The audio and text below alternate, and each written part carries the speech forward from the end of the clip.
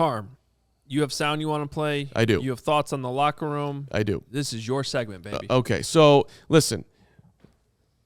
Honesty is a nice good sweatshirt, by the way. Thank you very much. You look good too. All right, so and twins. Thank you too. This is my segment. If you could just refrain from trying to ruin it, have at. We'll just sit back. No. I want your reactions, but I want you to respond when called upon. Okay. So can we hear Brazilian butt lift. the Bear? Let me just start there. The Bears have lost 12 games in a row. It has been 330 days since the Bears won a football game. That is 35 days shy of a calendar year. October the 24th, when they walked into New England and stunned us, and Matt Eberflus got a hug from the nice, quiet, greatest coach ever, Bill Belichick, and Matt Eberflus, I think, basically felt like he could never do anything more in life than that moment, and he hasn't done anything since, as far as I can tell. But so here comes the Flus yesterday when asked whether or not this losing streak is weighing on the human beings in your locker room like you would probably think it would be. This was Matt Eberflus. No, there's nothing there. Nothing there. We are steadfast, we are straightforward, and we are all in this together. So it's coaches, players, and we are looking at a great Wednesday practice and then looking into Kansas City. That's what we're looking at. So he said no. We are steadfast, we are straightforward. We all just heard that soundbite. Can I hear Jack Sanborn, please, Lawrence Benedetto, about whether or not the losing streak is weighing on him? Let me hear what Jack Sanborn had to say, whether or not losing 12 games in a row in a town that he grew up in, as a guy who puts his body on the line every single week trying to win a football game and all of it. Is this bothering you, Jack?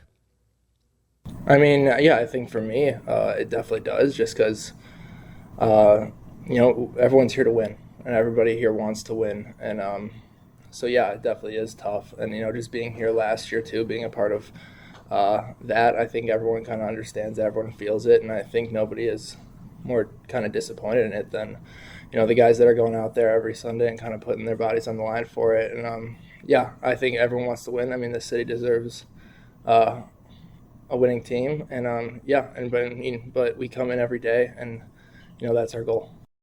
So there's 7,000 yeahs there. Yeah, of course. Can I see what Jalen Johnson had to say about this? We'll even throw you a graphic.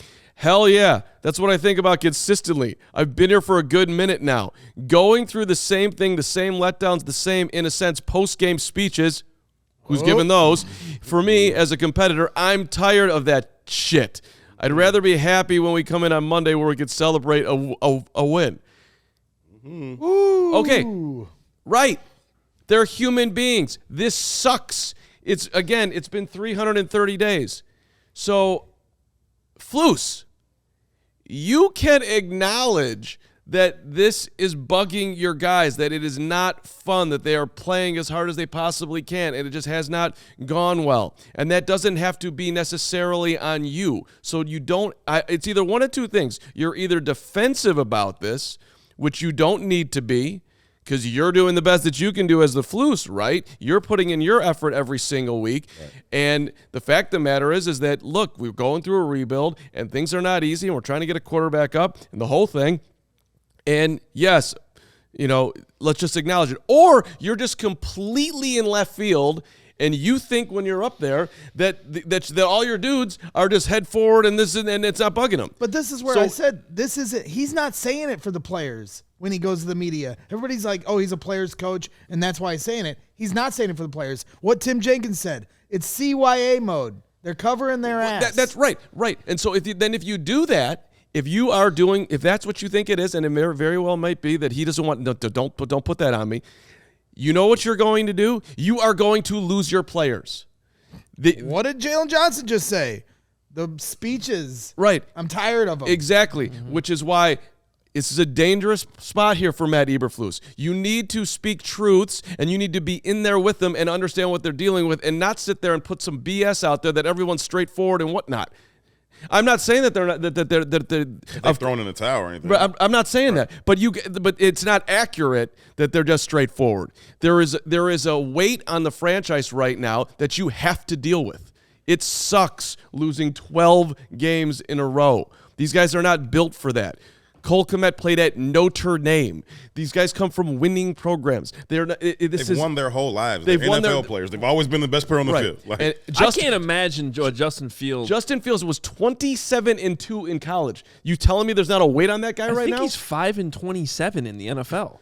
It's ridiculous, and like I don't understand it. I don't understand the need or the desire to come out and say, "Oh no, we're fine." You're not fine. You've lost 12 in a row. Half of us didn't. Half of you did. Like, can we just acknowledge that you've lost 12 games in a row, and it sucks to lose 12 games in a row. I don't care what you're doing. You go back there and play ping pong. You beat me 12 times in a row. I'm gonna be pissed about it, which is why I won't pay you 12 times in a row. But like it's just like you can just acknowledge it and say, yeah, it also, sucks. We need to change it around. Is this roster not better than the one that went into New England on Monday Night Football last year? The last time they won a football game. Yes, on paper. It should be. Yeah, it should be. It should be better. I think it is. And you haven't played anybody yet. I'm sorry. Like, no. I don't think the Packers are Super Bowl contenders. Neither of those two teams are contenders. The Bucs aren't going to the Super Bowl with Baker Mayfield. No. Now you're playing a real-ass team this week. Good luck with that. There's 2 weeks left for that attitude he's talking about. There's 2 weeks left for that, oh, no, we're fine. It has 2 weeks left. I think he'll get away with it because everybody expects him to go in Arrowhead and lose. But you come back here and then you lose to Denver. You can't say it. Yeah, Denver is it. You're done. That's it.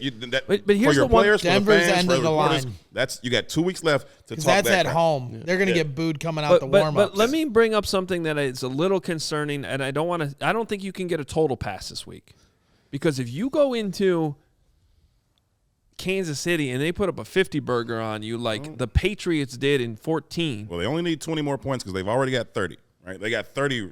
Guaranteed? You got 30 guaranteed? There's 30. Pat Mahomes gets off the bus with 30 against this defense right now. Okay, yeah. So, but that's my point. Like, you let this really get out of hand.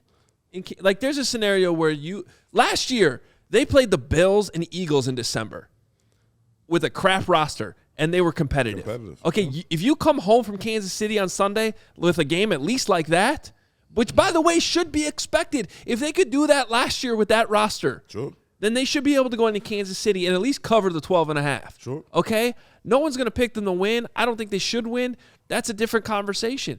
But if you go in there and Patrick Mahomes and Matt Nagy, if it's 28-3 at the half, calling Santa Slay or something, and I can't spend $50 at Taco Bell. Well, you can. Well, we all know you can. What you're teeing up was the end of the Trestman era when they were just getting the doors blown off because they were done. And that's where it was really like, these are moments. Yes, you knew they were playing pretty good teams, but it was like, oh no, this is really getting out of hand. If that happens this week, Braggs is going to buy a Taco Bell franchise next week.